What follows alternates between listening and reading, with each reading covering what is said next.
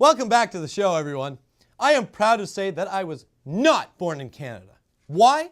Because this week, Canada's bid for a 2-year position in the UN Security Council ended embarrassingly.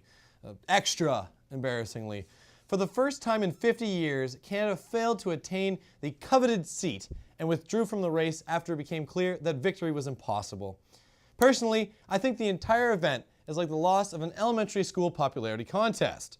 And I'm not afraid to explore this analogy because here at Queen's TV, journalistic integrity and a rational discussion of world affairs are valuable. In fact, they're so valuable, we keep them locked up for safekeeping. Admittedly, I am not an expert on international affairs. That is why I'm not afraid to tell you that it is against Canada's interest to allow Portugal a seat on the Security Council. Over the years, I have come to hold many grudges. I collect them, even polish them from time to time. I, for one, remember the Portuguese illegally entering Canadian fisheries. Nothing could stop them. Nothing except the Canadian Navy firing a shot across the bow of trawling ships. Let me put it this way. You don't want to give the fishermen the authority to take revenge.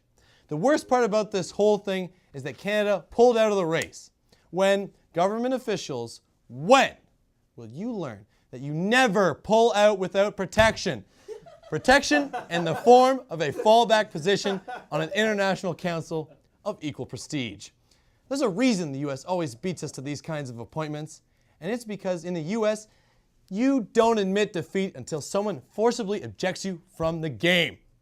It's how you get on the UN, it's how you win a war in the Middle East, and it's why Tom Brady never left the Giants Stadium after his historic 18-1 loss at the 2007 Super Bowl. Some say he still resides there, underneath the bleachers, sustaining himself on old half-eaten hot dogs and playing mournful yet amateurish odes of the loss of an organ.